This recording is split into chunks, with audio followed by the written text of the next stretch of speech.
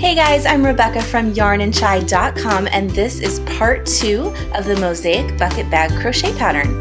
This pattern is originally part of a Crochet-Along, and it's divided into 3 parts. You can find the publishing schedule below, and I will link each of the videos there as they're published.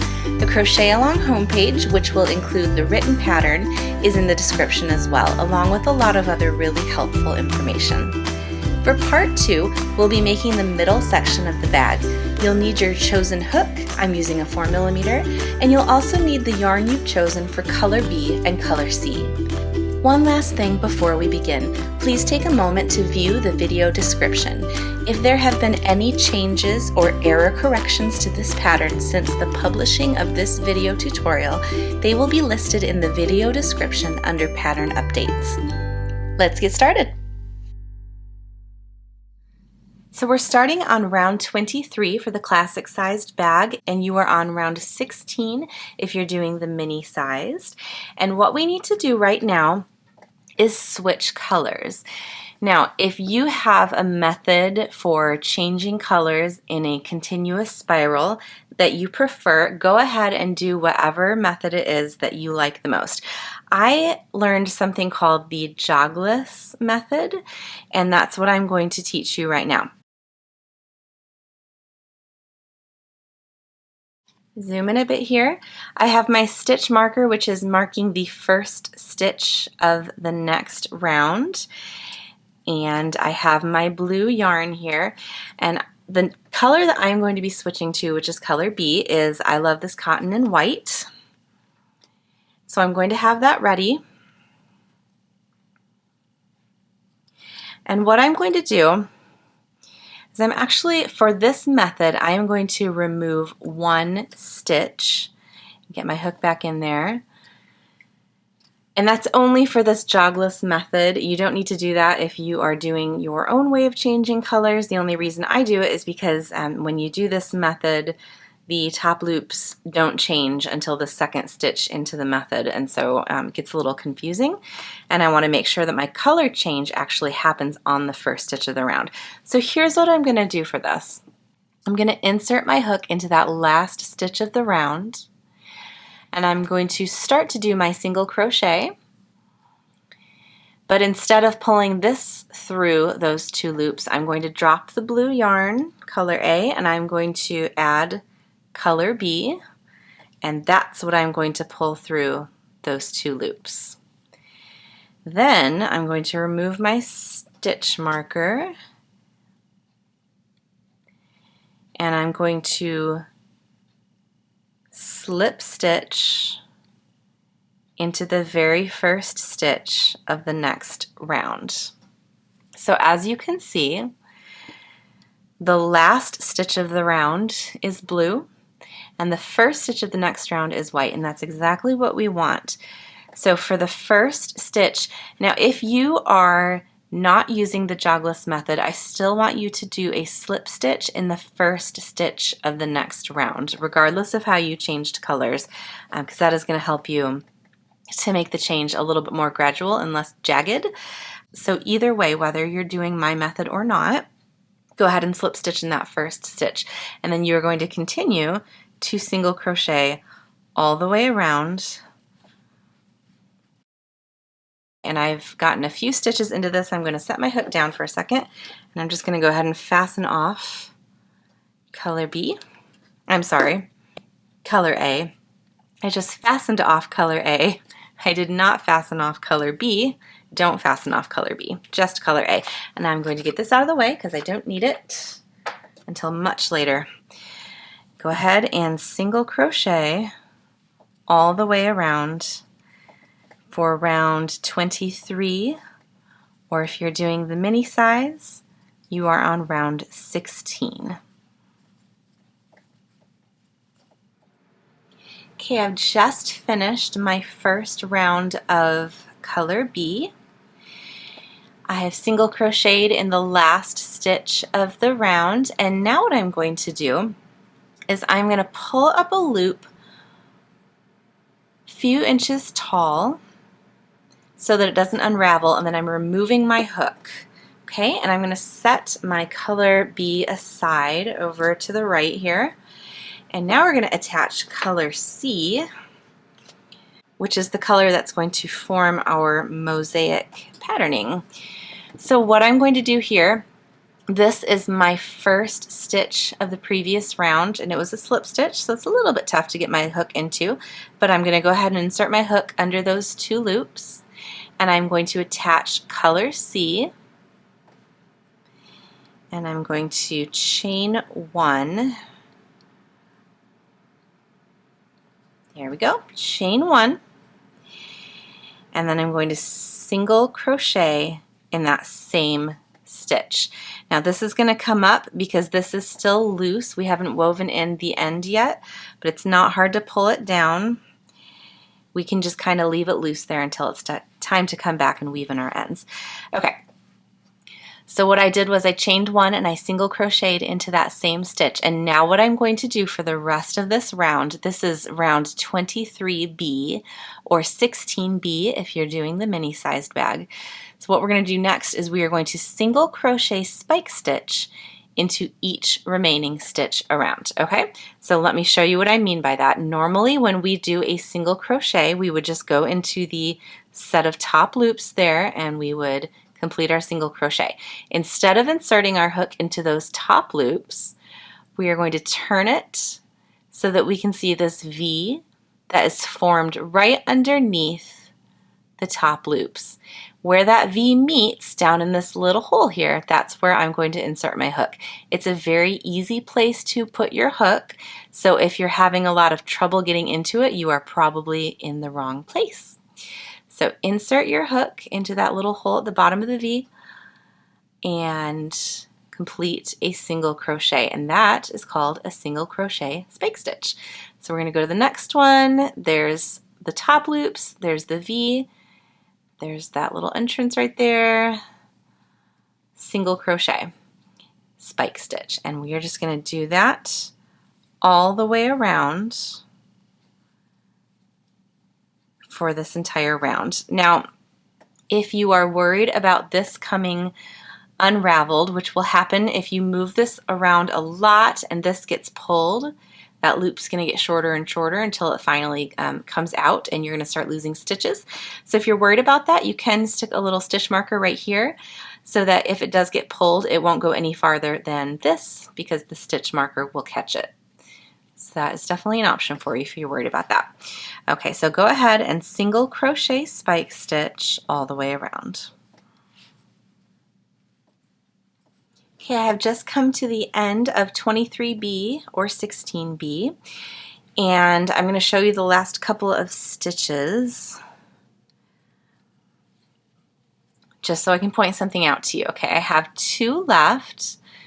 And go ahead and spike stitch into that one, and then the last one is sometimes a little bit hard to see or hard to get to because these loops tend to pull this way, so just make sure that you're pulling them back and that you're seeing that you still have that one stitch at the very end. You want to make sure that you don't miss that one.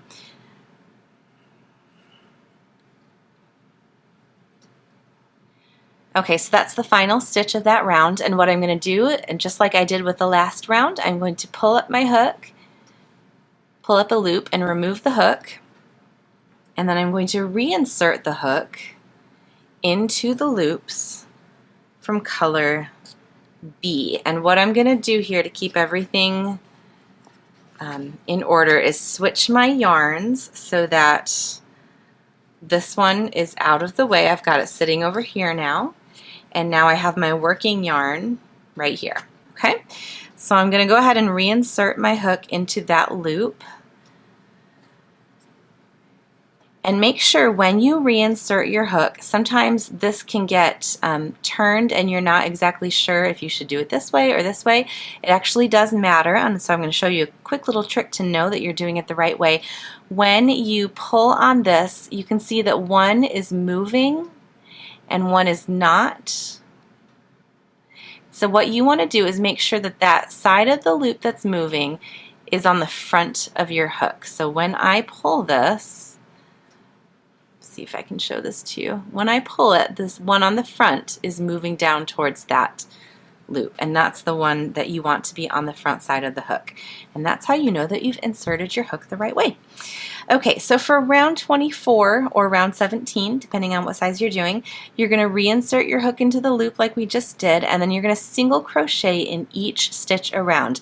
And you are working in the top loops of the single crochet spike stitches from the previous round. So that is what we did with this darker color. So we are going to look here and find the first stitch that we did, and the first one was that regular single crochet that we did right up here. We're going to insert our hook there and make a single crochet, and then we are going to continue to single crochet in each stitch around. So we're not doing spike stitches anymore, we're just doing regular single crochets. So go ahead and single crochet all the way around. Okay, I'm just finishing up on round 24 or round 17, depending on the size you're doing. I'm going to pull up my loop again and remove my hook, and I'm going to switch my yarns, get that white out of the way. And at this point, if you want to, it may be easier if you just pause and bring your loops forward, and then all of this extra stuff down here can get woven in. There's no reason to leave these dangling, and they can really get in your way and get a little bit frustrating sometimes when you're switching colors. So if you want to go ahead and weave those in, that is totally fine. Okay, so for round 24B or 17B, depending on your size, you're going to reinsert your hook into the loop from color C.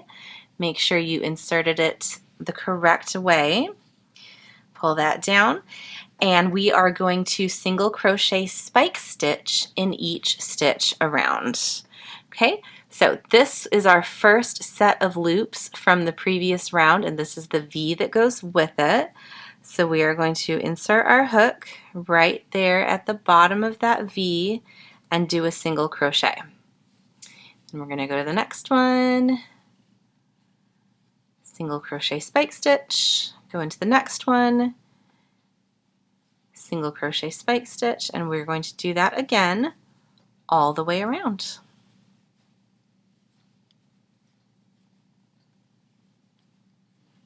Okay, that's the end of round 24B or 17B, and I'm going to pull up my loop again and remove my hook, switch my yarns,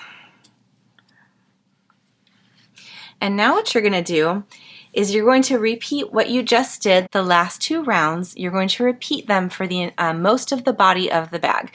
So if you are doing the classic sized bag for rounds 25 through 47B, you're going to repeat what we just did, rounds 24 and 24B. So that's alternating between the light color, dark color, light color, dark color. If you are doing the mini size bag, you're going to repeat 17 and 17B, and you're going to do that for rounds 18 through 30B.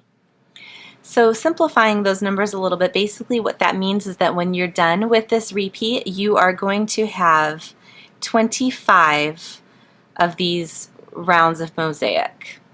If you're doing the classic size bag, if you're doing the mini sized bag, you're going to have 15. Okay, so moving on to classic round 25, mini round 18, just go ahead and pick up that color B again, and you're going to single crochet all the way around, and then you're going to switch to color C and you're going to single crochet spike stitch all the way around. And again, when you're done, you are going to have either 25 or 15 of these rounds of mosaic. This would be 1, this would be 2, and so on. And we will meet back together when we are done with that. All right, I just finished my repeats, and I work my bag inside out. So this is actually the inside of the bag, and this is what the outside is looking like. Okay, so for the next round, we actually have one more round of this body to do, and it's only slightly different from what you have been doing. So what we're going to do is we're going to reinsert our hook back into our lighter color, and we are going to single crochet all the way around until the very last stitch, where we're just going to do a slip stitch instead of a single crochet. So go ahead and do that. This is round 48 for the classic bag, and for the mini bag this would be round 31. Okay, so I'm at the end of the round, and for the last couple stitches I'm just going to do one more single crochet and then slip stitch in the final stitch. And then I'm going to remove my hook as we have been, switch my yarns, which are getting quite messy at this point. And then we are going to move on to 48B and 31B for the mini bag. And we're going to go ahead and single crochet spike stitch all the way around until the very last stitch. Okay, and when you get to the end of this round final stitch, you're going to do a slip stitch spike stitch. So all we're doing is we're going into the same place that we have been, into that hole created at the bottom of the V, and instead of doing a single crochet, we're just going to finish that off with a slip stitch. Go ahead and remove your hook, and you can fasten off both of those colors because we are done with them.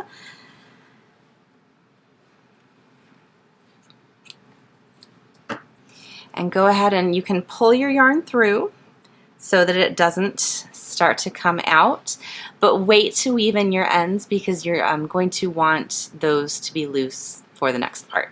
Okay, in part 3 of this pattern we are going to finish up the top section of color, and then we're going to add our eyelets and handles. Don't forget to click the subscribe button so you don't miss out on more easy modern patterns from Yarn and Shy.